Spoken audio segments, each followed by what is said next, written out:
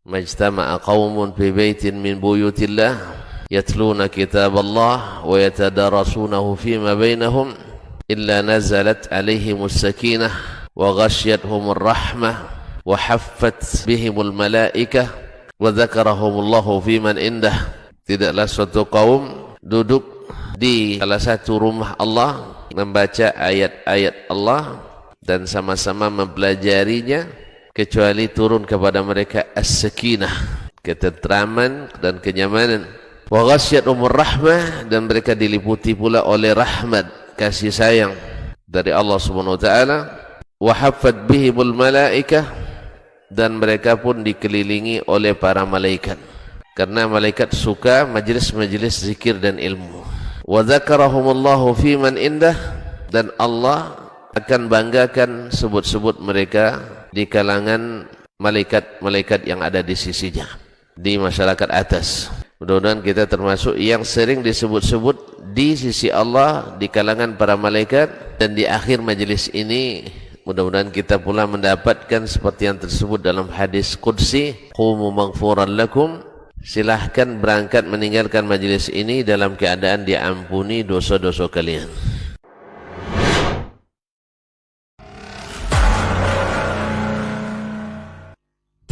Bismillah, assalamualaikum warahmatullahi wabarakatuh.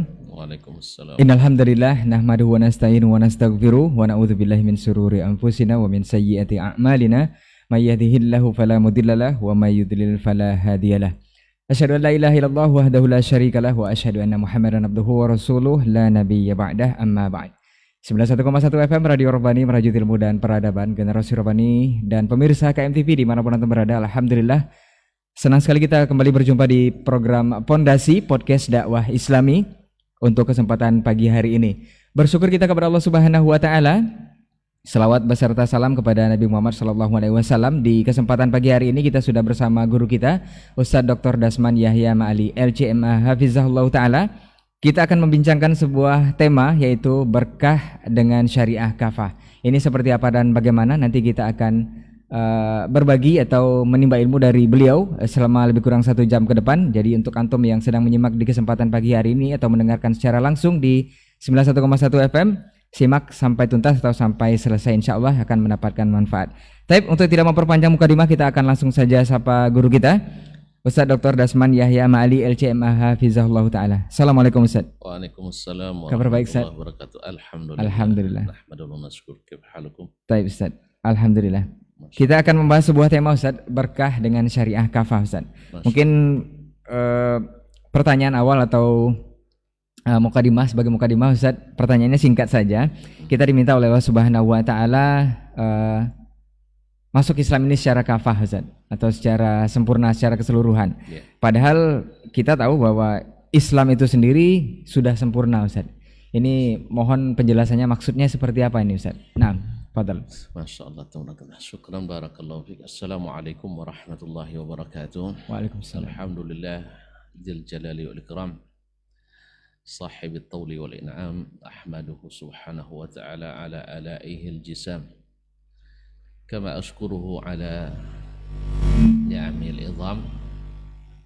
أشهد أن لا إله إلا الله وحده لا شريك له الملك العلام وأشهد أن محمدا عبده ورسوله سيد الأنام عليه أفضل الصلاة وأتم السلام وعلى آله السادة الأعلام وأصحابه الكرام والتابعين لهم بإحسان ما تعاقبت الليالي والأيام. أما بعد، فأولى ما يفتتح به الكلام في مثل هذا المقام الوصية بتقوى الله الملك العلام وطاعته على الدوام، فإن تقوى الله أعلى نسب وإن طاعته أغلى مكتسب. إن أكرمكم عند الله أتقاكم وتزودوا فإن خير الزاد التقوى. Para pendengar, para pemirsa dimanapun berada, para asatidzah, para alim ulama, cerdik pandai, tokoh adat, tokoh masyarakat, al-mustami'in wal mustami'at wal musyahidin wal musyahidat, dimanapun berada, dan khususnya saudaraku Ray dan Adnan di studio, ataupun yang sedang merelay di studio 91,1 FM Merajut Ilmu dan Peradaban. Bersyukur kita pada pagi ini, mudah-mudahan waktu yang diberkahi berkat doa Nabi sallallahu alaihi wasallam, Allahumma barik li ummati fi bukuriha. Kita berbicara tentang tema sebaik-baik tema, mengembalikan rasa percaya diri kepada kita. Seorang Yahudi pernah berkata kepada Amirul Mukminin Umar bin Al-Khattab radhiyallahu anhu, inna lakum ayah fil Quran law nazalat alaina ma'syaral yahud latakhaznaha 'idan. Ada satu ayat di dalam kitab kalian, andainya turun kepada kami orang-orang Yahudi, pasti kami jadikan hari turunnya sebagai hari raya, hari besar. Jadi pikiran itu sudah ada pada mereka. Andainya turun ayat ini, akan kami jadikan sebagai hari raya. Kenapa? Karena dia adalah menurut mereka ayat yang besar, sebagai apresiasi terhadap kerja Nabi sallallahu alaihi wasallam, yaitu sempurna sudah dengan laporan wajar tanpa pengecualian. Allah, yaitu ayat mahia, kama berkata Umar, qauluhu ta'ala al-yawma akmaltu lakum dinakum wa atmamtu alaikum ni'mati wa raditu lakumul islam madinah. Hari ini telah aku sempurnakan bagimu agamamu, dan sudah aku cukupkan untukmu nikmatku, dan aku ridha al-islamu sebagai agama bagimu. Berkata Umar radhiyallahu anhu, wallahi inni la a'lam mata unzilat ala Rasulillah sallallahu alaihi wasallam wa fi ayyi makan, innaha nazalat fi yaumi Arafah wa kana Rasulullah sallallahu alaihi wasallam ala naqatihi. Kata Umar, demi Allah saya tahu kapan ayat ini diturunkan kepada Rasulullah sallallahu alaihi wasallam dan di mana. Dia diturunkan pada hari Arafah, di saat Nabi alaihi salatu wasallam sedang menunggang ontanya. Ma'asyiral kiram dirahmati Allah, mendapatkan ayat ini sahabat pada bersyukur dan bergembira, karena agama sudah sempurna. Agama sudah sempurna. Ya patut bagi mereka penderitaan yang selama ini mereka alami, kesempitan yang senantiasa menghantui rasa takut, khawatir diganggu dan diintimidasi.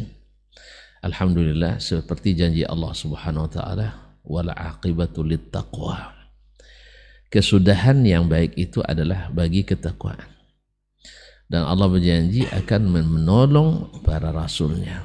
Alhamdulillah, idza jaa nasrullahi wal fath wa ra'aitan nasa yadkhuluna fi dinillahi afwaja. Apabila datang pertolongan Allah dan kemenangan itu, dan kamu melihat manusia berbondong-bondong masuk ke dalam agama Allah, apa yang harus kau lakukan? Fasabbih bismi rabbika wastaghfir. Maka bertasbihlah, pujilah, sucikan Rabbmu sebagai tanda syukur dan berterima kasih, dan mohon ampun kepadanya. Subhanallah, Karena ampunan itu dibutuhkan oleh siapapun. Karena ampunan kalau sudah didapat, rahmat pun segera mendekat. Dan itu syarat kalau mau masuk surga yang penuh dengan nikmat. Innahu kana tawwaba, sungguh Allah Maha penerima taubat, Maha penerima taubat. Ma'asyiral muslimin, ma'asyiral muslimat, al-musyahidin wal musyahidat wal mustami'in wal mustami'at, para pendengar, para pemirsa yang dirahmati Allah. Nah, ayat ini adalah akhir-akhir ayat yang turun kepada Nabi sallallahu alaihi wasallam yang menjadi cap khatimah, sebagai cap pengesahan akhir bahwa Islam itu sudah sempurna. Akidahnya, syariatnya, kemudian muamalahnya, akhlak dan adabnya, dan sudah dilaksanakan dengan tepat, dengan sempurna oleh Nabi dan para sahabat radhiyallahu anhum. Wa sallallahu ala nabiyyina Muhammad.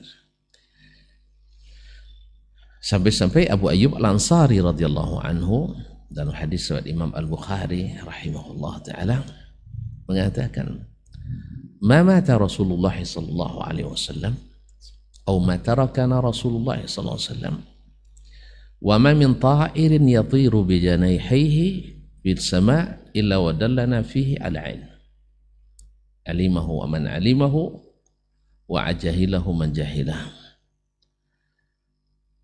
Tidaklah Nabi SAW meninggalkan kami kecuali tak seekor burung pun yang terbang dengan kedua kepaknya, dua sayapnya di udara, kecuali Nabi tunjukkan ilmunya pada kami.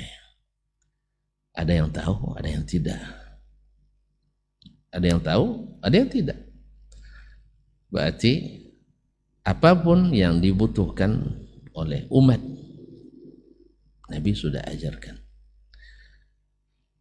Sehingga berkatalah Imam kita Asy-Syafi'i rahimahullah ta'ala, wa ma nazalat bihadhil ummah nazilatun illa wa fi kitabillahi sabil wa fi sunani Rasulillah sallallahu alaihi wasallam sabilul huda fihi au fiha.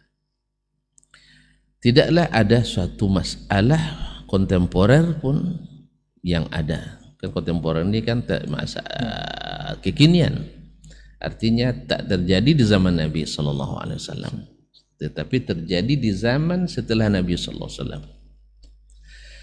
Kecuali, kata Imam Syafi'i dengan pasti dia katakan, kecuali pasti dalam kitabullah dan sunnah-sunnah Rasulullah SAW jalan petunjuk di dalamnya. Allahu Akbar. Kalau begitu, tidak satu pun masalah yang terjadi sampai hari kiamat kecuali ada petunjuk dalam Al-Quran atau As-Sunnah. Nah, kita kaum muslimin, kaum muslimat, para pendengar, para pemirsa yang dirahmati Allah Subhanahu wa taala, Imam Syafi'i mengatakan ini bukan tong kosong nyaring bunyi. Beliau adalah orang yang subhanallah, Allah berikan kemampuan di atas rata-rata, menjadi salah satu imam mujtahid. Dia berkata ini ala ilm, berdasarkan ilmu. Itulah sebabnya kata Nabi alaihi salatu wassalam, takkan sesat sedikit pun siapa yang berpegang kepada agama ini, dan agama ini tegak dengan Al-Quran dan sunnah Nabi sallallahu alaihi wasallam. Maka keduanya itulah yang menjadi petunjuk yang membuat kita selamat dan tak tersesat. Oleh sebab itu, maka berbahagia kita diberikan syariat yang lengkap dan berkah. Nah, masalahnya adalah kita mengetahui, memahami, atau mengikuti.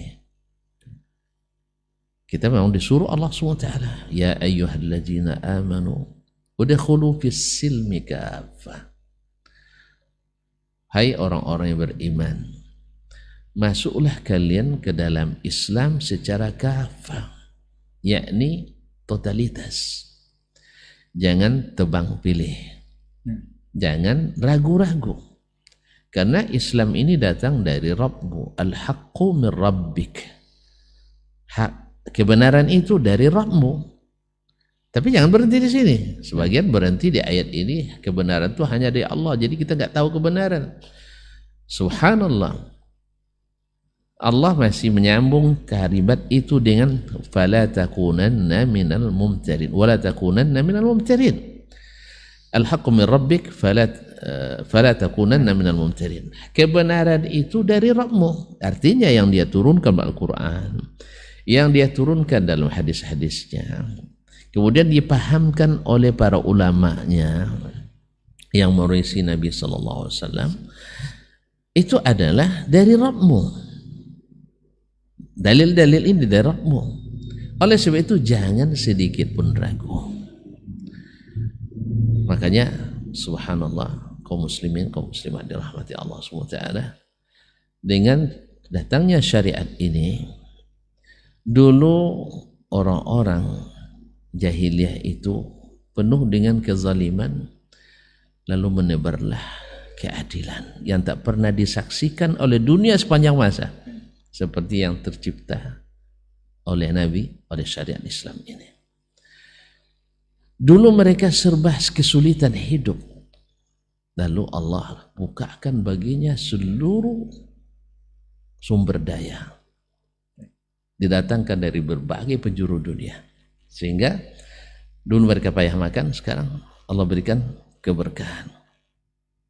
Dulu mereka saling suka berperang, sekarang bisa saling menghargai, bahkan saling mencintai, penuh damai.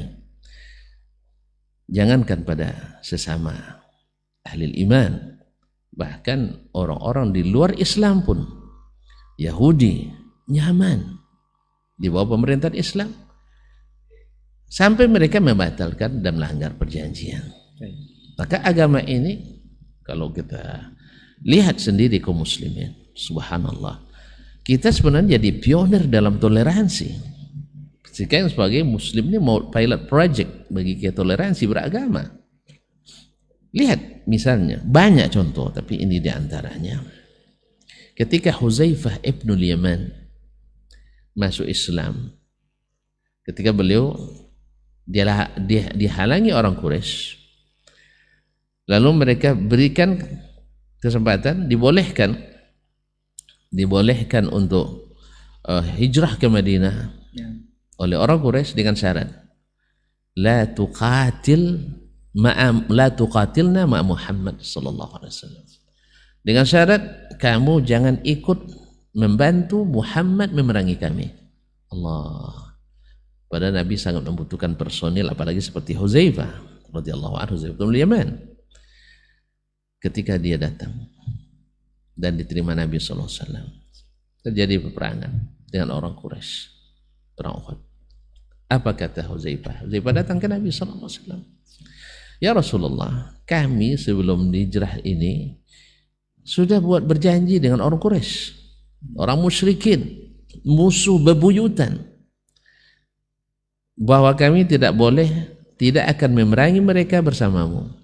Apa kata Nabi sallallahu alaihi wasallam? Aufi bi ahdihim. Kalian wajib menepati janji ini. Akhirnya Huzaifah dan saudaranya disuruh Nabi pulang. Insarifah. Nufi bi ahdihim wa nasta'inullaha alaihim. Kita akan tepati janji dengan mereka dan mohon pertolongan Allah untuk melawan mereka. Lihat kaum muslimin. Musuh bebuyutan. Di saat kita butuh personil dan bantuan, tapi karena janji, maka tidak boleh dilanggar, sekalipun kepada musuh.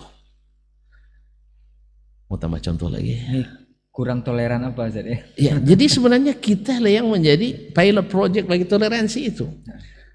Bukanlah makna toleransi itu adalah kita harus membaurkan agama kita dengan agama lain, bukan. Atau ikut merayakan perayaan orang lain, tidak. Abu Ubaidah bin Jarrah radhiyallahu ta'ala waktu itu menjadi panglima perang ketika akan menaklukkan Irak di masa Umar bin Khattab. Ini tercatat dalam sejarah. Ada seorang tentara biasa, bukan komandan, bukan yang punya pangkat tinggi. Dia memberikan jaminan keamanan ke satu kampung dari antara perkampungan yang akan diserang ini. Lalu Abu Ubaidah mengirim surat kepada Umar bin Khattab. Mungkin kalian bilang itu Nabi, ya benar, tapi yang selainnya tidak. Ini Umar yang syaitan takut kepadanya. Allahu Akbar. Dan disebut orang kasar tapi hatinya lembut. Dia memang tegas, tapi kalau Al-Quran dibacakan kepadanya, hadis Nabi ditunjukkan kepadanya, mudah menangis. Awak lembut hatinya, tapi diingatkan Al-Quran, Masya Allah, melawan. Ini bedanya. Katanya hati lembut, hatinya lembut, katanya halus, tapi ketika Al-Quran diingatkan kepadanya, dia melawan.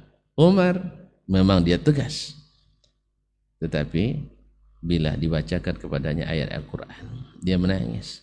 Bila sampai kepadanya hadis Nabi SAW, dia tunduk dan patuh. Nah, Abu Ubaidah berkirim surat kepada Umar. Bagaimana ini? Masa yang jamin adalah hanya seorang prajurit biasa. Kata Umar radhiyallahu anhu, "Aufi bi'ahdihim wa nasta'inullah alaihim." Tepati janji itu. Allahu Akbar. Islam, kaum muslimin dan muslimat dirahmati Allah SWT. Nah, kembali ke permasalahan kita tadi, berkah dengan syariat yang kafah. Umat Islam menjadi, Masya Allah, terbuka baginya rezeki dari segala penjuru. Karena memang Allah berjanji. Subhanallah, apa janjinya? Walau anna ahlal qura amanu wattaqaw lafatahna alaihim barakatim minas sama'i wal ardh. Andainya penduduk negeri-negeri itu beriman dan bertakwa. Ya, apa iman dan takwa itu? Ini perlu dijelaskan. Iman dan takwa ini sebenarnya satu. Nah, cuman takwa ini adalah natijah tertinggi. Iman berkeyakinan, berikrar, dan beramal. Hasilnya ini apa? At-taqwa. Apa itu takwa? Melaksanakan perintah, meninggalkan larangan. Nah, antum beriman pada Allah, yakin, kerjakan, ikrarkan. Nanti Allah yang akan membukakan keberkahan dari langit, keberkahan dari bumi. Negeri yang kering kerontang di Jazirah Arab menjadi negeri yang dulu ya negeri yang dilupakan menjadi negeri yang diperhitungkan, disegani, ya, menjadi pusat peradaban, menjadi pusat perekonomian. Kita hari ini dengan banyaknya organisasi perekonomian dunia, ekonomi semakin melarat, tidak diberkahi. Nah, dengan apa? Dengan syariat yang kafah ini. Oh, itu kan zaman dulu, Ustaz. Zaman sekarang gimana? Nah, apakah dengan kembali kepada syariat Allah SWT? Pertama, saya ingin mengatakan negeri-negeri yang dihuni oleh umat Islam pada umumnya menyimpan banyak kekayaan alam. Wallahu a'lam. Ini tanda. Misalnya di negeri kita mayoritas muslim, alamnya Masya Allah luar biasa. Cuman karena kita masih pemurah, dikasih sama orang kebanyakannya memang. Kita masih pemurah. Di mana misalnya, untuk melihat di Thailand misalnya, yang paling subur, yang paling kaya itu bagian selatannya, yang mayoritas muslim. Malaysia muslim, Brunei muslim. Ikan alamnya Masya Allah. Lihat di Filipina misalnya, yang paling kaya itu bagian selatan juga, dihuni oleh orang-orang Islam. Cuman umat Islam hari ini masih banyak pemurah. Jadi memang umat Islam itu pemurah memang. Untuk lihatlah sekarang orang-orang Arab dengan segala tuduhan ini dan itu yang tujukan pada mereka. Tapi Masya Allah tetap nomor 1 bangsa paling pemurah sedunia. Nah, Indeks sifat manusia sedunia mengatakan bangsa paling pemurah itu, bangsa paling pemurah itu adalah bangsa Arab. Kemarin misalnya Kuwait, ini berita yang saya dapatkan, dalam 8 jam saja Kuwait, negeri kecil kan, berapa lah itu kan, mungkin tidak sampai sebanyak jumlah penduduk Riau ini penduduknya.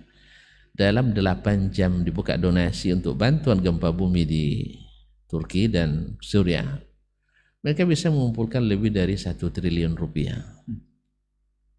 Nah, kalau orang kita kadang dapat ngumpul 2 miliar dah keluar kemana-mana ya. Nah, subhanallah, ada 1 triliun dalam 8 jam dan dibuka lagi, bertambah lagi. Allah musta'an. Nah sekarang apakah dengan melaksanakan Islam yang kafah itu akan ada lagi keberkahan? Ya terlihat jelas. Ketika misalnya kerajaan Arab Saudi dengan lahirnya dakwah Syekh Muhammad bin Abdul Wahab berkolaborasi dengan keluarga Ali Saud, Imam Muhammad Saud Al-Kabir, bekerja sama dan menerapkan secara kafah sesuai dengan kemampuan mereka, akidahnya berdasarkan Al-Quran dan Sunnah, kemudian syariatnya diterapkan syariat Al-Quran dan Sunnah, bahkan undang-undang dasar negaranya adalah Al-Quran dan Sunnah berdasarkan pemahaman as-salafus salih. Atau lihat sendiri, dunia melihat sendiri, mulailah Allah bukakan berbagai keberkahan di negeri itu yang dulunya orang-orang tua mereka bercerita di masa-masa dulu sebelum kerajaan itu berdiri. Orang-orang yang di Mekah dan Madinah itu sangat berharap sisa-sisa perbekalan jemaah haji dan umrah ditinggalkan untuk mereka sebagai penyambung hidup mereka. Nah sekarang menurut antum gimana kira-kira? Lebih dari itu sih. Yang sekarang berharap siapa? Justru para pendatang jemaah haji dan umrah berharap kalau sampai di Mekah dan Madinah dapat hadiah dari orang sana. Baik, Ustaz, ini afwan Ustaz, Anda potong Ustaz. Ya. Ini mungkin akan lanjut dari penjelasan Ustaz tadi. Ya. Ada Muslim fundamentalis Ustaz. Ya. Ini istilahnya seseorang khususnya di negeri kita ini dilabeli seperti itu, khususnya orang yang menjalankan Islamnya sesuai dengan syariat yang dijelaskan oleh Allah dan Sunnah Rasulullah SAW, itu dicap adalah Muslim fundamentalis, Muslim yang ya dengan label-label sekarang radikal dan segala macamnya, dengan alasan tidak bisa beradaptasi dengan lingkungan karena sedikit-sedikit ini dilarang, sedikit-sedikit ini tidak boleh, sedikit-sedikit ini kafir dan bid'ah dan segala macamnya. Dicap seperti itu seorang Muslim yang menjalankan Islamnya secara kafah. Mungkin lanjut dengan penjelasan yang tadi Ustaz. Ini apakah ini benar atau seperti apa Ustaz? Baik, barakallahu fikum. Sebenarnya hak melarang itu tidak ada hak satu orang pun. Yang hak melarang itu melarang sebenarnya itu adalah hak para pemangku kebijakan. Baik. Artinya saya tak akan melarang antum melakukan, cuma memberitahukan. Itu adalah kewajiban semua kita. Semua kita, alhamdulillah, kita saat ini kan tinggal di negeri yang menganut paham demokrasi. Artinya ada kebebasan untuk mengungkapkan, memberitahukan, menyampaikan, beramar ma'ruf, nahi mungkar. Kan ada jaminan itu di negara ini. Dan ada kebebasan bagi setiap agama dan setiap person pemeluk agama mengamalkan agama menurut keyakinan masing-masing seperti dalam pasal 29 Undang-Undang Dasar 45. Jadi ketika antum mengamalkan Islam menurut pemahaman antum, ya pemahaman masing-masing, lalu kita tunjukkan ke depan orang, apakah artinya kita memaksakan orang? Demi Allah tidak. Kita hanya mencontohkan apa yang kita pahami dari syariat Islam ini. Kalau kita ambil dalam berbagai masalah, ya misalnya baik masalah fikih, masalah akidah, ya sekarang kan orang pada Masya Allah rajin berdebat sekarang. Misalnya orang mengatakan kalau antum berpaham, mereka sebut paham Wahabi, ya dengan tauhid trinitas katanya. Ini menyebut tauhid trinitas, ini mengafirkan orang ini. Otomatis kan mengafirkan karena seolah-olah menyekutukan Allah dengan tauhid ini. Tapi mudah-mudahan bukan itu maksudnya. Kayak orang marah itu begitulah. Yang baik pun akan jadi buruk. Susah nyusun kalimat gitu. Iya. Ada orang sedang marah, kita kasih duit, tidak mau dia. Padahal dia sangat butuh waktu itu. Habis minyak bensinnya, duit nggak ada. Dia mau minjam tempat lain, yang tempat minjam nggak ada. Lalu antum kasih, dia tidak mau. Apa sebab? Sedang marah. Itu satu. Jadi apa namanya? Jadi kita amalkan ini. Kita amalkan berdasarkan dalil-dalil Al-Quran dan Sunnah. Kalau mau jujur saja, untuk satu amaliyah sekarang, antum nak memahami agama dari mana?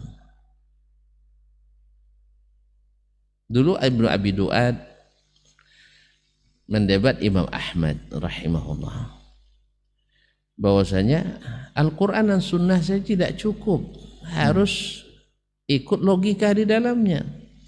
Imam Ahmad bilang, ajibun amruk, kamu ni aneh wahai Ahmad bin Abi Duad. Hal qamal islamu illa ala kitabillah wa sunnati Rasulillah sallallahu alaihi wasallam. Bukankah agama ini tegak di atas Quran dan Sunnah, tidak ada yang lain? Kalau antum tanya di zaman sahabat, apa dalil Al-Quran, Sunnah? Bagaimana Rasulullah SAW meyakini, bagaimana Rasulullah SAW mengimani, bagaimana Rasulullah mengerjakan. Nah sekarang kan enggak. Orang ingin masukkan selain daripada Al-Quran dan Sunnah yang mereka sebut dengan dalil akli, dalil akal, dan menjadikan akal lebih dominan daripada Al-Quran dan Sunnah.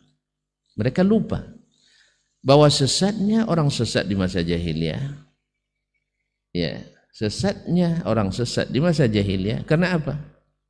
Mendominankan akal di atas nakal.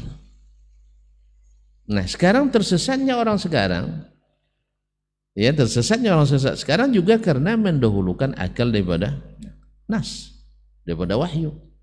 Apapun alasannya, pemahaman tekstual kontekstual, pemahamannya yang sifatnya situasional atau kondisional dan sebagainya. Semua itu semuanya Islam yang jangan inklusif, jangan eksklusif, harus Islam futuristik. Pakailah semua istilah. Ini kan perang istilah seperti kata Profesor Abdul Latif Busyikhi dari Maroko. Dia bilang ini perang istilah. Orang sering bermain di bahasa, main di istilah. Sehingga yang sudah jelas jadi buram kembali. Sekarang mendefinisikan bid'ah yang sudah jelas oleh ulama sekarang diulang kembali, direkonstruksi kembali definisinya, sehingga tidak ada lagi yang namanya bid'ah dalam agama kecuali baik. Saya nak nanya ke antum, kalau tanya ke orang yang berpaham ada bid'ah hasanah, coba contohkan bid'ah hasanah, bid'ah yang tidak hasanah. Susah mereka carinya. Paling-paling sebabnya orang sholat subuh 3 rakaat, takkan ada selamanya. Takkan ada selamanya. Padahal Nabi sudah pastikan terjadi ikhtilaf yang membuat kita berpuak-puak. Akibat apa? Akibat bid'ah tadi. Ada terbayang nanti orang bikin sholat subuh 3 rakaat. Tidak akan pernah. Sholat az-zuhur 4 rakaat, 5 rakaat tidak akan pernah. Insya Allah sampai kiamat selama masih ada orang belajar rukun Islam, rukun iman, tak akan ada orang menambah rakaat sholat fardu. Yang akan ada adalah menambah aksesoris dan modifikasi pada sesuatu yang sudah ada sama Nabi SAW. Jadi itu akhirnya, kenapa dituduh radikal? Kita tidak pernah memaksa orang, tapi mendakwai orang iya. Menyebutkan yang salah itu salah, ya mustahil lah. Kalau begitu semua orang menyalahkan, nanti radikal dia. Sekarang pertanyaannya, mana yang lebih radikal? Orang yang membubarkan kajian daripada orang yang mengajak mengaji? Yang membubarkan. Katanya orang yang lembut dakwahnya suka memprovokasi, menghasut, memfitnah. Sedangkan yang menyampaikan Al-Quran dan Sunnah Ya, walaupun menyebut kadang-kadang aliran-aliran yang terlibat sesat misalnya, tapi tak pernah mengatakan kalau seandainya nanti, ya sekarang yang paling gencar kan Asy'ariyah Maturidiyah kan, orang-orang sufi juga berkolaborasi. Andainya Wahabi berkuasa nanti suka menumpahkan darah. Saya nak tanya sekarang, pernah enggak dai yang digelar Wahabi mengatakan hati-hati bila Asy'ariyah berkuasa suka membantai, suka mengkafirkan orang? Walaupun semua golongan ini terlibat mengkafirkan orang, termasuk Asy'ariyah. Kan lucu kan, ya ketika orang mengatakan Syekh Muhammad bin Wahab adalah membawa aliran yang haus darah, padahal beliau melakoni perang, artinya sejak berdakwah sampai ini banyak sekali peperangan yang dialaminya karena diserang orang, ya hanya darah tumpah sekitar 4.000 sampai 5.000 orang. Selama 40 tahun, 160 kali lebih peperangan yang dilakoninya. Bayangkan dengan seorang ulama Asy'ari yang besar di Maroko, Ibnu Tumah misalnya, dalam 9 tahun atau 7 peperangan menewaskan 200.000 orang. Nah, kenapa ini tidak dianggap suka numpahkan darah? Coba dalam 9 tahun. Bahkan pernah dalam seminggu itu 70.000 nyawa menyala yang karena berbeda pendapat dengannya, berbeda pemahaman. Kenapa ini dituduh menumpahkan darah? Ini tidak. Allah musta'an. Berarti kan tidak adil dalam menimbang. Sekarang fair aja kita dakwahkan, sampaikan, jangan dipaksakan. Insya Allah selesai masalah. Cuma tidak. Tapi sampai ada yang mengatakan hati-hati kalau Wahabi menyebar gersang negeri ini nanti. Nah, jadi gersang negeri ini. Atau jangan terbalik, nah. Jangan terbalik nanti.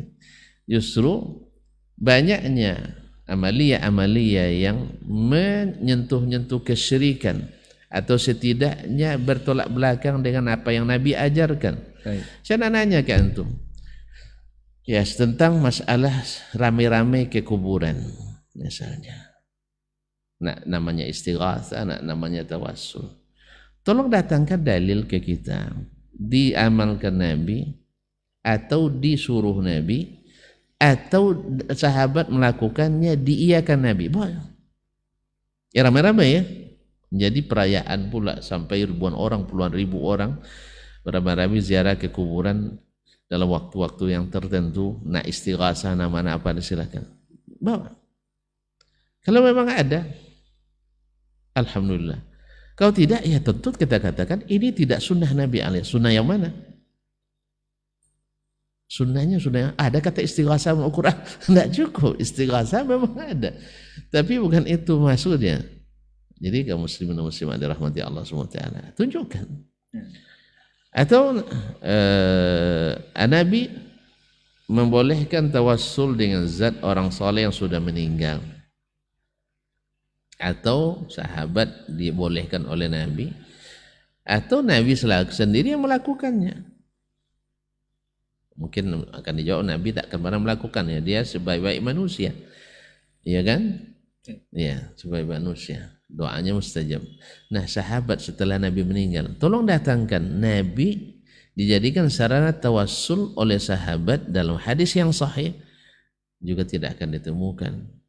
Ada tetapi satu sahih tapi tak sesuai makna yang dimaksudkan, atau palsu, atau dah jelas untuk apa lagi dibahas. Oleh itu ikhwani fillah, adapun tuduhan-tuduhan itu segalanya adalah memang fitnah, ya, yang menghentikan kajian. Siapa biasanya? Yang dituduh atau yang menuduh? Yang menuduh. Yang menuduh orang memaksa. Kalau sampai menghentikan, memaksa atau tidak? Ya memaksa. Benar tak? Misalnya ustaz-ustaz kita yang dijuluki dengan Wahabi itu menghentikan ke orang sedang mengaji atau akan mengaji. Alhamdulillah tidak. Alhamdulillah tidak. Oleh itu kaum muslimin dan muslimat yang dirahmati Allah Subhanahu wa taala, maka tuduhan fundamentalis, teroris, radikalis sebenarnya juga dari orang-orang yang Ya kita saksikan sendirilah. Nah, Tidak paham dengan agama, dengan apa yang dituduhkan itu. tapi katanya hal ini bertentangan dengan makna keberkahan itu sendiri, Ustaz. Karena keberkahan biasanya katanya identik dengan negeri yang damai, negeri yang tidak pernah ada peperangan atau sedikit peperangannya. Karena kalau saling menyalahkan, saling berbantah-bantahan dengan hal ini justru akan memantik api perpecahan, Ustaz. Jadi tidak menghilangkan aura keberkahan itu sendiri katanya. Ini Ya betul, memang keberkahan itu tandai dengan damai. nah, Tapi apakah Nabi tak pernah melakukan peperangan? Sahabat tidak pernah memerangi. Apa sebab diperangi? Hah? Kenapa diperangi oleh Nabi alaihissalatu wassalam? Karena mereka tidak mau tunduk. nah. Sekarang kita mau tidak tunduk kepada apa yang disampaikan Nabi sallallahu alaihi wasallam? Kita tidak memerangi, justru menerangi. Nah, yang sibuk-sibuk, yang melakukan kekerasan, siapa sebenarnya? Coba dicatat, yang melakukan kekerasan, siapa yang demo? Yang mendemo masjid, yang menutup masjid, yang melarang pembangunan masjid, siapa? Yang bikin kacau itu siapa sebenarnya? Iya, dikatakan kita berdakwah, ya memang sebagian ya memang sangat ini, ya sangat apa namanya, ya sangat keras dan sangat ekstrim. Ada memang, tapi bukan di pihak sini saja. Di pihak sana juga ada yang lebih itu, bahkan membuat parodi-parodi yang tidak benar, berdusta. Berapa banyak mantan salafi wahabi yang sebenarnya hanya sandiwara yang dibuat. Lama-lama terbongkar juga. Ternyata hanya sandiwara yang dikarang-karang. Orang udah kebiasaan sudah seperti itu. Banyak mengarang-arang. Ya. Jadi sebenarnya mana yang radikal ini? Yang memaksa sampai-sampai menghasut, ya menghasut pemerintah untuk mengeluarkan larangan misalnya. Membisik-bisikkan kepada yang berkuasa. Dan ini memang sejak zaman dulu ahlul batil itu selalu menggunakan kekuasaan. Lihat Ibnu Abi Du'ad dulu menjadikan penguasa sebagai pembungkam Imam Ahmad bin Hanbal rahimahullah ta'ala. Ya, dengan apa? Bukan dengan ilmu, dengan fitnah. Dan sayangnya kadang-kadang kan sebagian penguasa itu tidak menguasai agamanya dengan baik. Ya, sampai-sampai kadang penguasa termakan fitnah atau apa namanya syubhat bahwa agama ini tidak bisa dipahami seperti Islam di Arab misalnya. Ya kita harus ada agama yang sifatnya situasional tadi, kondisional.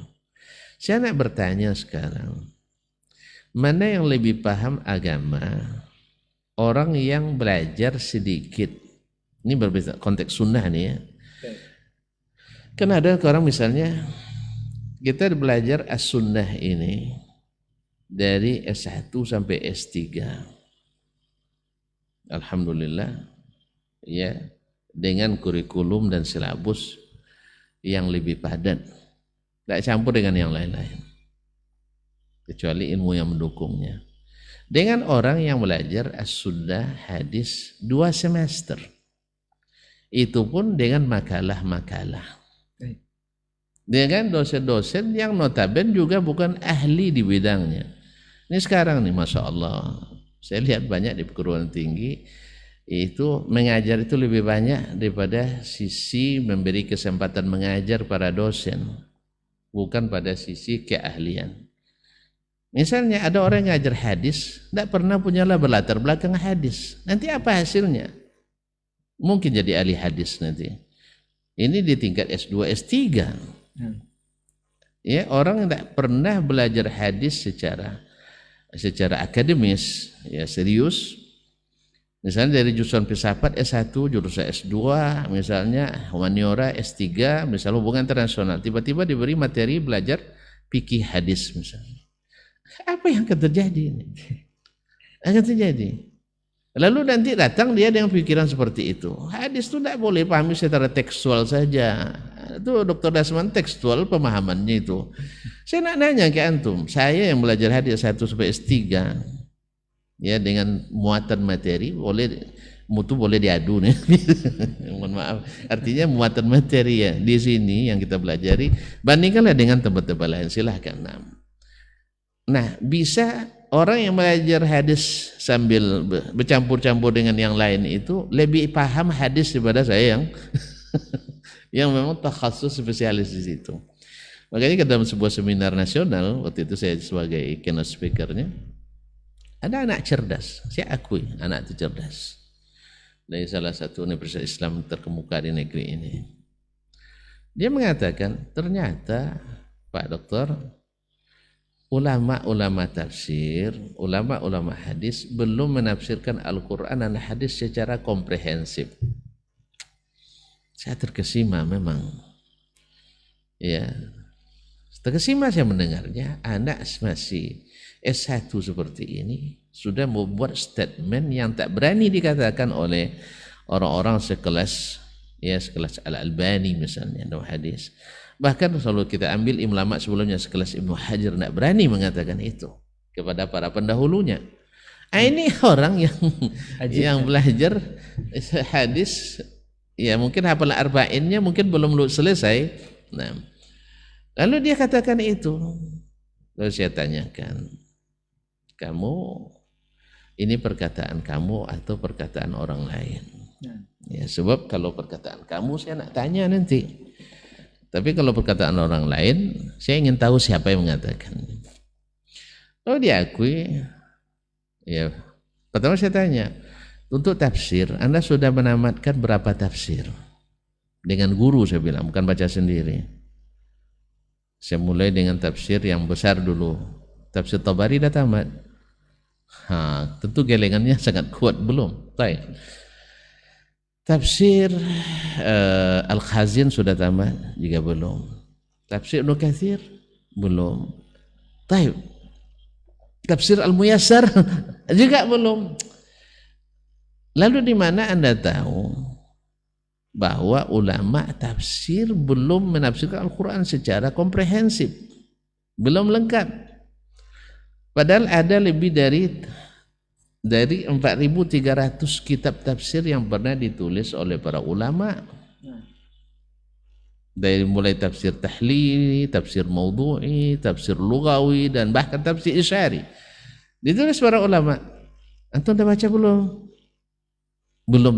Terus gimana cara kamu mendapatkan konklusi hukum seperti ini? Ya, seperti ada orang berhebat kan. Baca apa enggak? Enggak.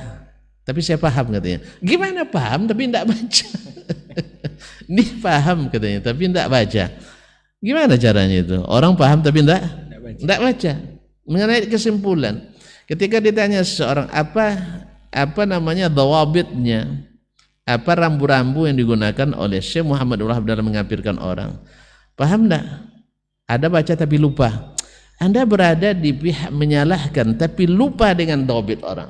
Berarti tuduhan kosong, pepesan kosong. Inilah modelnya. Cerdas memang. Cuman tafsir belum pernah dibaca, tapi sudah mengatakan ulama tidak selesai menafsirkan Al-Quran. Saya tanya lagi hadis, sudah tamat Fathul Bari untuk Sahih Bukhari? Juga belum.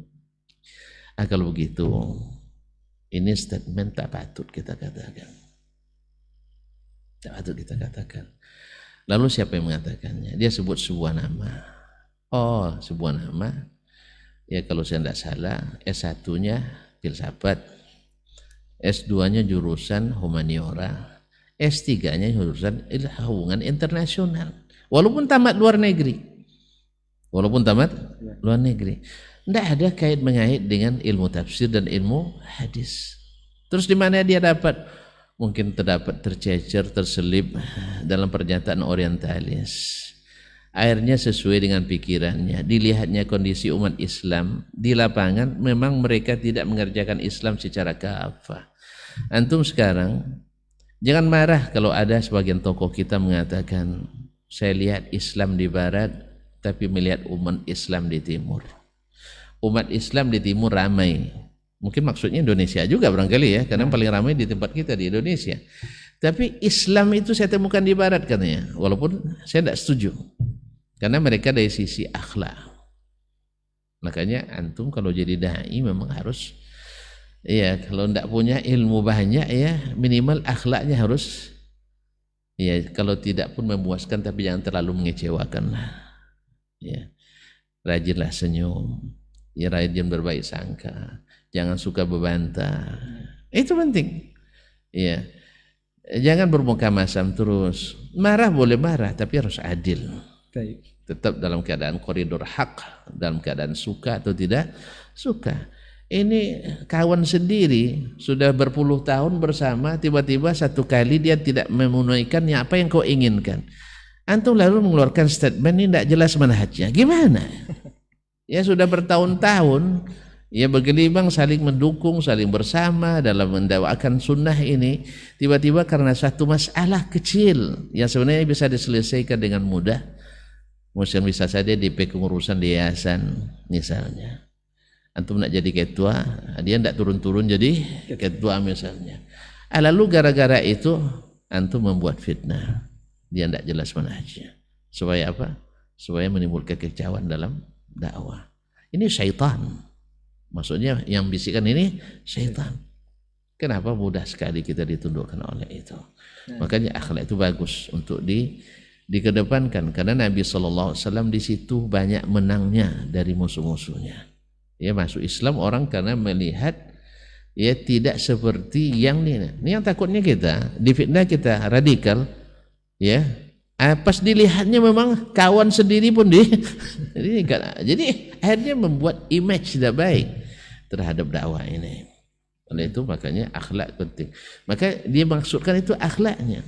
Sampai teman saya pernah tinggal di Tokyo, dia mengatakan orang Tokyo itu, ini bahasa beliau ya, bukan bahasa saya nih, tinggal mengucapkan asyhadu an la ilaha illallah wa asyhadu anna Muhammadan masuk surga dia. Saking baiknya akhlaknya. Saking baiknya, sebenarnya bukan akhlak moral mereka, hukum sosial mereka seperti itu. Budaya antri, kemudian barang kita letak pun depan rumah, ya. Walaupun barang bagus tak akan diambil orang. Kita aja barang yang tidak bagus pun lesap juga sama orang. Sendal yang sudah usang pun lesap juga sama orang. Jadi yang curi umat Islam. Walaupun sebenarnya seperti kata ibu siapa Irene waktu itu, di Indonesia banyak pelakunya orang Islam, tapi luar negeri banyaknya non Muslim pelaku. Jadi tidak bisa juga kalau di sini ada orang Islam mencuri lalu Islam dilabeli pencuri. Ini tidak adil juga kita. Ada tempat lain ada juga yang. Sebab kalau antum cari pencuri di Thailand orang Buddha dia. Pencuri di Manila kebanyakan orang Katolik. Pencuri Amerika kebanyakan Protestan. Antum suka dikatakan itu? Kan tidak. Makanya yang aneh lagi umat Islam yang menuduh umat Islam sendiri, merendahkan umatnya sendiri. Kalau antum tahu masalah terorisme misalnya, ya pernah, dah lama sekali data ini saya baca dulu sejak masih kuliah di Madinah saya waktu itu. Di Amerika pernah dari 80 sampai tahun 88 itu serangan terorisme terjadi lebih dari 500 kali, 538 kali terjadi serangan, 8 tahun. 8 ini ya, 8 tahun. Pelakunya yang Muslim hanya 13 kali. Rela nggak orang Amerika kita labeli mereka bangsa teroris? Hah? Rela nggak? Tentu kita tak akan rela dikatakan itu. Saya pun tidak setuju. Sebab pelaku itu bukan berafiliasi seperti kata para ahli, tapi terinfiltrasi. Ya, tidak ada afiliasi ke agama teroris, tidak ada. Kalau antum nak tahu, justru Islam yang paling anti terorisme. Cuma Islam yang mana? Yang kafah, yang sempurna, yang diajarkan Rasulullah Sallallahu Alaihi Wasallam. Ya, pelajari itu. Baca bab jihad itu tapi berdasarkan hadis Nabi. Ini kan ada pula sebagian antum boleh bahas jihad tapi tak pakai Al-Quran, tak pakai hadis. Akhirnya itu lahir teroris nanti jadinya. Pakai pikiran. Baca bab jihad tapi dengan Al-Quran dan hadis. yang paham hadis, bukannya seperti tadi yang S1 filsafat, S2 humaniora, S3 hubungan internasional bicara tentang tafsir dan hadis karena dia sudah profesor. Ya, masalahnya karena dia sudah profesor dan pimpinan pula di suatu universitas terkemuka. Tentu didengar orang, padahal dia bukan ahlinya. Jelas ya? Nah. Jadi tuduhan-tuduhan ini sebenarnya seperti yang kita katakan tadi, dan yang lebih ironisnya datang dari orang yang mendedikasikan dirinya ahli, tapi dia tidak bisa membedakan mana yang keyakinan, mana yang amalan. Seperti dia mengatakan sama-sama berjenggot, nah itulah akidahnya. Dibilangnya jenggot itu masalah akidah. Ini sama ceritanya dengan orang yang baru ngaji, ternyata Ustaz Dasman itu ya katanya akidahnya masalah. Dia bilang jenggot itu khilaf katanya. Masalah ini masalah amalia. Ada yang bilang sama-sama cingkrang, nah, kan sama akidahnya itu katanya. Ya Allah ya Rabbi, sama-sama mengharapkan musik katanya. Ini masalah furu'iyah, bukan masalah akidah. Yang menyebabkan orang radikal itu keyakinan sampai mengkafirkan orang. Akhirnya dilengketkanlah kepada Syekh. Oh muslimin dan muslimat, misalnya sampai-sampai juga ketika yang mempermasalahkan serangan orang Arab Saudi misalnya ke Yaman. Akibat orang Syiah datang mempura-pura tidak ke Yaman, otomatis yang disarinya kan orang ahli sunnah. Yang paling dekat dengan Yaman tentu ahli sunnah adalah Arab Saudi yang punya kekuatan. Tentu mereka akan menyerang, akan jatuh korban sipil, akan pasti. Kalau yang nama perang susah dielakkan, apalagi dengan perang zaman sekarang, rudal, balistik dan sebagainya yang digunakan. Kalau tidak mereka juga Houthi juga ngirim ke Arab Saudi. Kalau antum tidak ini, mereka yang serang dulu. Nah, karena memang targetnya Iran itu adalah mengepung jazirah Arab itu dari segala penjuru, dari atas, dari Lebanon, dari Syria, kemudian dari bawah dari Yaman, nanti dari seberang lautnya dari Afrika dan sebagainya. Ini target mereka. Otomatis harus bertindak. Nah, sebenarnya lalu dikatakan Arab Saudi keras. Sekarang tanya, mana yang lebih banyak jatuh korban ya orang Irak oleh pasukan multinasional Amerika, Inggris dan sebagainya ketika bekerja sama dengan Iran? Mana lebih banyak? Lebih banyak mereka. Jutaan. Ini hanya sekitar 2.000 orang dan sebagainya. Coba lihat. Timbangan yang tidak adil lagi. Bagaimana yang dihabisi oleh orang Amerika misalnya di Vietnam dan sebagainya. Orang-orang kita di Burma dihabisi oleh orang-orang lain. Ratusan ribu orang. Ini ribu tapi dibesar-besarkan. Nah, jadi intinya ketika umat Islam berbuat tuduhan teroris. Tapi ketika orang lain itu psikopat. Aja bedanya. Tapi barangkali seperti yang diungkapkan tadi, haus darah dan segala macamnya tadi. Kita sudah bukti banyak sejarah. Kalau antum punya waktu banyak, ya Muhammad pertama dari Nabi sendiri alaihissalatu wassalam masuk Mekah. Orang Mekah baru 8 tahun yang lalu memburu beliau, mencari-cari. Targetnya hidup atau mati. Kepala Nabi disembarakan dengan Abu Bakar. Ketika beliau kembali Fatuh Makkah tahun ke-8, 8 tahun, lupa antum tuh? Orang yang menyakiti 8 tahun, lupa enggak? Hah? Ingat. Kan lupa. Bukan hanya berapa banyak jatuh korban dari kaum muslimin oleh kaum musyrikin dengan kejahilan dan kezaliman. Tapi Nabi datang bukan untuk menghabisi, tapi untuk menghidupkan. Tapi kok perang Nabi? Ya jelas orang melawan tentu tidak mungkin antum tidak perang.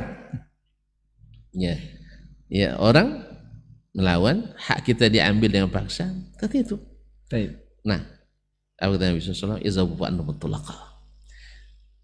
Sahabat-sahabat yang lain seperti Umar radhiyallahu anhu ketika menaklukkan Baitul Maqdis. Orang Nasrani sendiri menuliskan dalam sejarah mereka bagaimana toleransinya Umar bin Khattab radhiyallahu anhu ketika menaklukkan Baitul Maqdis. Salahuddin al-Ayyubi, kemudian Muhammad al-Fatih ketika masuk ke Hagia Sophia, gereja Hagia Sophia, dan seterusnya. Inilah contoh-contoh terbaik kita. Padahal lihat bagaimana Ketika orang-orang itu masuk Baitul Maqdis ratusan ribu, ketika orang-orang Mongol masuk ke Baghdad jutaan, ketika orang Portugal menguasai kembali Andalus, ratusan ribu darah ditumpahkannya. Kita tidak, alhamdulillah. Baik. Barangkali ini satu lagi catat. Nah, tak ada orang Islam menjadi penjajah. Tak ada bangsa Muslim yang menjadi penjajah. Baik di masa lalu maupun sekarang. Justru memberikan kehidupan. Nah, kita selalu menjadi korban dijajah. Cuman masalahnya kita juga dijajah oleh media dan pemikiran. Dan akhirnya saudara-saudara kita yang tidak belajar agamanya dengan baik bisa diperalat untuk menjadi umat Islam sesama mereka tidak nyaman. Nasallallahu alaihi wasallam. Baik, Ustaz. Berikutnya Ustaz, apakah berbicara tentang berkah dan dengan syariat kafah ini, apakah kafahnya syariat yang kita jalankan dengan keberkahan negeri ini mempunyai karakteristik atau ciri-ciri? Apakah itu bisa diraih oleh satu negeri, dan apakah negeri kita ini sudah boleh dikatakan negeri yang diberkahi, Ustaz? Baik. Nah, saya katakan alhamdulillah negeri kita ini dengan keadaan kita yang hanya seperti ini, alhamdulillah diberkahi. Nah, kita apapun kita masuk atau campakkan tumbuh dia, dan akan semakin berkah bila Al-Quran Sunnah merekah di negeri ini. Tentu saja akan berbeda dengan ketika Al-Quran Sunnah itu betul-betul menjadi ruh kehidupan kita, keyakinan kita, ibadah kita, muamalah kita, akhlak adab kita. Kita lihat sendiri ya, alhamdulillah negeri yang begitu luas tapi keamanannya terjamin. Ya, coba bayangkan yang tidak dinikmati oleh negeri manapun. Semua makanan yang ada di dunia ada di situ. Seperti doa Nabi Ibrahim dulu. Dan tidak semua yang ada di situ ada di dunia lain. Coba bayangkan. Kemudian ada seorang manajer dari Indonesia dulu. Ketika dia berangkat ke Arab Saudi, seperti yang dia ceritakan dalam dalam diri pribadinya, dia katakan saya berburuk sangka dulu, karena memang itu yang disampaikan. Orang Arab itu pemalas, datang lambat pulang cepat. Sampai selesai itu banyak pula cerita, azan orang pergi pula ke masjid. Wah. Lalu berangkatlah beliau ke sana. Jadi manajer di sebuah perusahaan, kalau tidak salah Aramco, perusahaan minyak kolaborasi Arab Saudi dengan Amerika. Lalu dia saksikan sendiri. Subhanallah, memang di sisi waktu kita lebih berjibaku. Kita berangkat sebelum subuh tidak sholat subuh, pulang lepas isya tidak sholat isya. Gitu kita. Ya, berjibaku memang, tapi gajinya kecil dan selalu serba kesulitan. Kayaknya tidak pernah merasakan bahagia. Apa sebab? Masuk 3 juta, langsung keluar lagi 2.950.000. Ansuran utang ini, utang itu. Kapan menikmati? Sholat tidak peduli, ngaji tidak ada. Ayo bayangkan. Mereka Masya Allah kadang datang jam 9 katanya. Habis itu ngeteh dulu. Tapi nanti azan maghrib subuh, azan zuhur mereka ke masjid, tutup kantor. Subhanallah, saya saksikan katanya. Pekerjaan selesai, gaji besar, mereka bahagia. Kita waktu kerja panjang, gaji kecil, selalu bilang sulit. Coba tanya lihat. Ya, pegawai-pegawai kita baru aja terima gaji masih masam mukanya.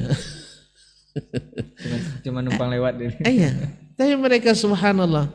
Makanya wajar mereka, karena sudah menikmati dan bahagia, maka mereka bisa membahagiakan orang lain. Ya, sehingga kita lihat sendiri, ini tren berbuka puasa, semoga Ramadan yang sudah dekat kita nikmati. Tren berbuka puasa di masjid-masjid, dari mana kita dapat? Lihat dari mereka.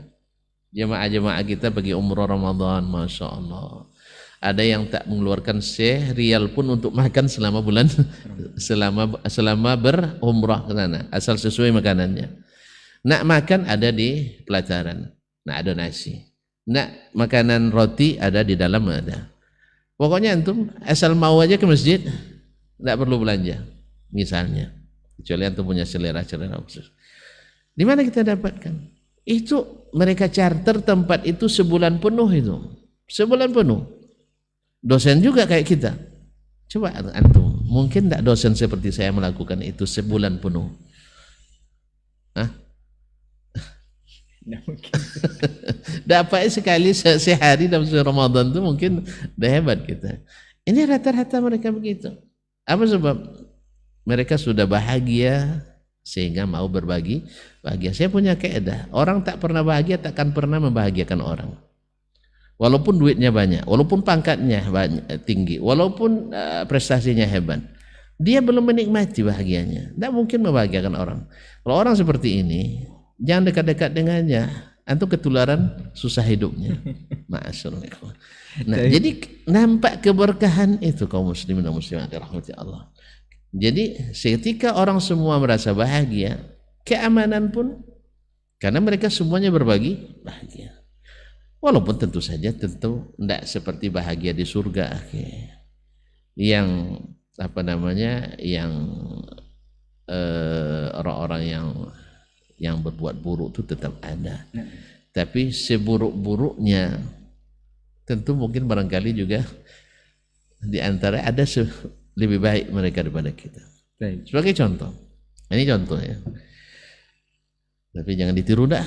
Nah, ini jangan ditiru. Ada teman jadi guide, bukan teman saya, teman dari teman. Ya, dulu waktu di Jakarta saya diajak bertemu dengannya, dia jadi guide. Karena beliau itu tamat Gontor, jadi pandai bahasa Arab, pandai bahasa Inggris. Nah, jadi tamunya ya kebanyakan orang Arab lah.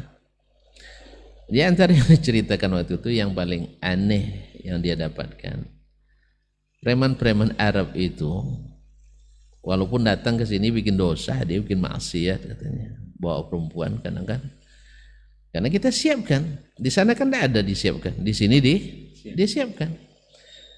Apa kata dia? Aneh bin ajaibnya di sini sedang berjalan dengar azan, apa dia bilang? Stop, nusalli, kita sholat dulu. Jemaah dia sholat.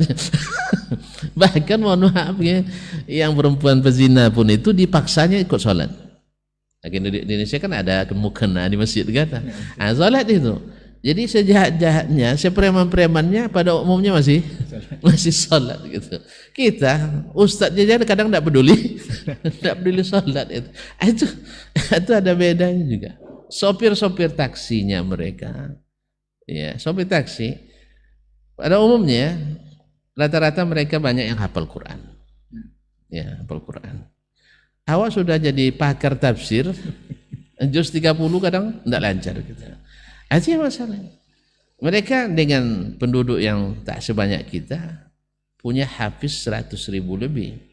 100.000 lebih hafiznya. Di sana baru sebut hafiz, Solo sudah 30 juz. Di kita ini ya hafiz kita dihitung yang hafiz juz 30 sekitar 60.000 orang dari sekian ratus juta kita manusia. Itu tanda barakah, tanda keberkahan. Jadi yang ada itu nampak gunanya, kita yang ada tak nampak gunanya. Allah musta'an. Tapi disclaimer tadi yang dikisahkan Ustaz ini bukan untuk ditiru Ustaz ya. Yang tadi Ustaz ya. Nah, yang tadi jangan ditiru, yang terakhir. Mungkin ini terakhir Ustaz. Ini fundamental juga Ustaz. Kita tahu bahwa Al-Qur'an ini adalah pedoman dalam kita atau asas dalam kita beragama atau menjalankan syariat ini Ustaz. Mungkin ini juga yang menyebabkan keberkahan negeri ini agak terkendala menurut sebagian orang yang menganggap bahwa Al-Quran ini di sisi Allah itu ketika diturunkan itu adalah bukan makhluk Ustaz. Ini lari sedikit ke bab akidah. Tapi yang menjadi mushaf atau yang sedang kita baca saat ini itu merupakan makhluk. Ini keyakinan seperti ini yang ada di tengah-tengah umat muslim, apakah ini yang menyebabkan negeri kita banyak kedatangan musibah atau seperti apa Ustaz? Ini sekaligus mungkin nasihat antum Ustaz. Saya secara langsung bisa mengatakan sebab musibah ini tidak. Nah, Sebab ya musibah itu ketika datang menimpa orang Islam, menimpa orang yang bukan Islam. Kemudian nikmat ketika datang juga dibukakan ke orang kafir pun dapat. Bahkan kalau kita lihat orang kafir lebih banyak pula dari orang Islam yang dapat. baik. Jadi masalah ini tidak otomatis ia menjadi bukti bahwasanya, karena yang namanya musibah itu kan oleh para ulama dibagi, ada yang mensifatnya musibah sebagai azab bagi yang berbuat maksiat. Ada yang menjadi ujian bagi orang beriman. Jadi seperti ditanya oleh Ummul Mukminin kepada Nabi sallallahu alaihi wasallam, "Anuhlak wa fina salihun?" Apakah kita ikut dibinasakan padahal kita ada orang-orang saleh di dalamnya? Kata Nabi, "Na'am." Kata Nabi, "Na'am." Iya benar, walakin yub'atsuna ala niyatihim. Nanti mereka dibangkitkan sesuai dengan niat masing-masing.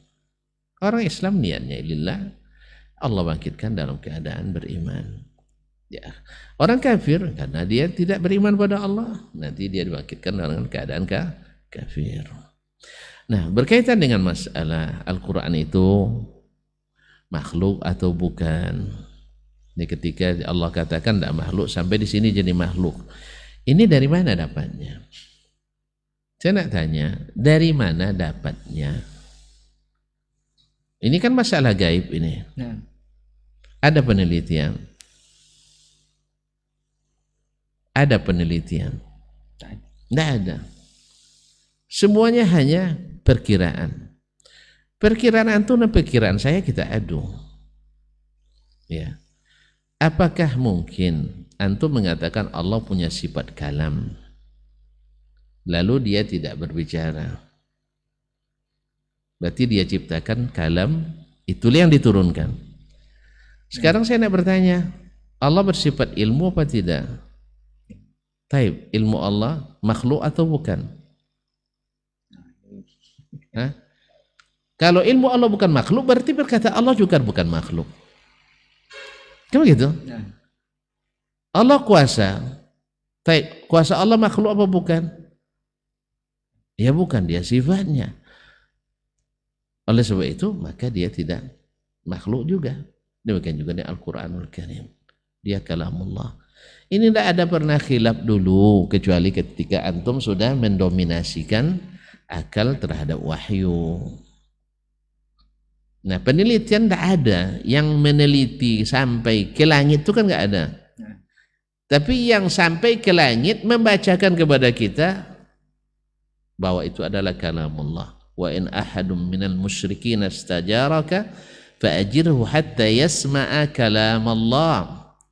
Apabila ada orang musyrikin minta perlindungan, beri dia perlindungan. Supaya apa? Supaya dia mendengar perkataan Allah. Nah, perkataan Allah di sini makhluk Allah.